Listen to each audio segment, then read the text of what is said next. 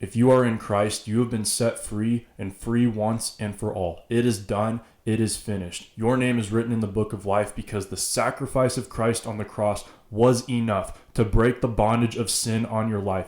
It was strong enough to defeat death. And now through Christ, if you have received him, you are now walking in the victory that he freely gives you. You are walking in the freedom that he has given you. John 8:36 says, "So if the Son sets you free, you are free indeed." And now that our confidence is in Christ and not anything that we have done, we are able to be sanctified through that. Freedom is what sanctifies you. If you have a true understanding of the gospel, you are not going to put this unnecessary pressure of yourself to try and perform, to try and please God, but rather you're going to walk in the Spirit and let the Spirit sanctify you and teach you and cleanse sin out of your life. Sanctification doesn't come from trying to be the perfect Christian. Newsflash, if you try to do that, you are going to stumble and fall and fail into sin more often than not because you are relying on your own abilities rather than the grace and the strength of God that he so freely gives. Instead of nailing your sin to the cross,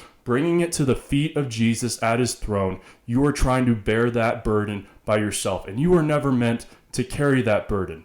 You are holy. You do not have to try and be holy on your own. Hebrews 10:10 says, "We have been made holy once and for all through the sacrifice of the body of Jesus Christ." And having a correct understanding of this, we now can believe the promises of God and know that they are true. And what does God promise us? He says he goes before you and will be with you, that he will never leave you nor forsake you. In Deuteronomy 31:8, he promises that no one that the Father has given to him will be snatched out of his hand. Jesus says this in John chapter 10.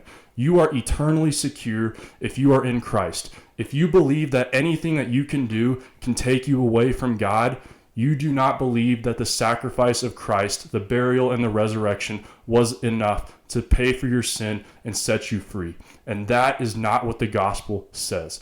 Jesus is enough, and he always will be.